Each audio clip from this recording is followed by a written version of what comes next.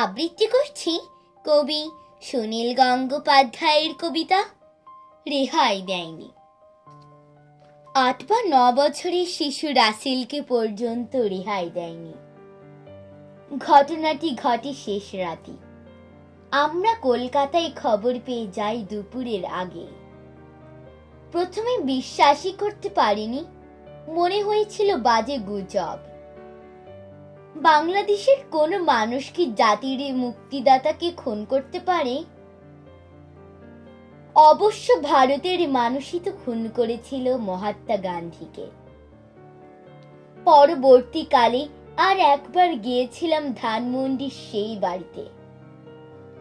শেখ হাসিনা দেখিয়েছিলেন সিঁড়ির কাছে কোথায় পড়েছিলেন শেখ সাহেব। তখনও আমার বুকের মধ্যে হাহাকার টের পেয়েছিলাম। রাসেলকে নিয়ে আমি একটা কবিতা লিখেছিলাম সেই সময়।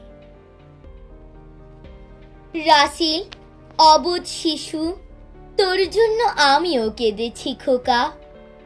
তোর মরহুম পিতার নামে যারা একদিন তুলেছিল আকাশ ফাটানো জয়ধ্বনি, তারাই দুদিন বাদে থুতু দেয়, আগুন ছড়ায়। বয়স্করা এমনই উন্মাদ। তুই তো গল্পের বই, খেলনা নিয়ে সবচেয়ে পরিচ্ছন্ন বয়সেতে ছিলি। তবু পৃথিবী আজ এমনই পিশাচি হলো। শিশু রক্ত পানে গ্লানি নেই। সর্বনাশী আমার ধিক্কার নেই। যত নামহীন শিশু যেখানেই ঝরে যায়, আমি ক্ষমা চাই। আমি সভ্যতার নামে ক্ষমা চাই। সবাইকে ধন্যবাদ।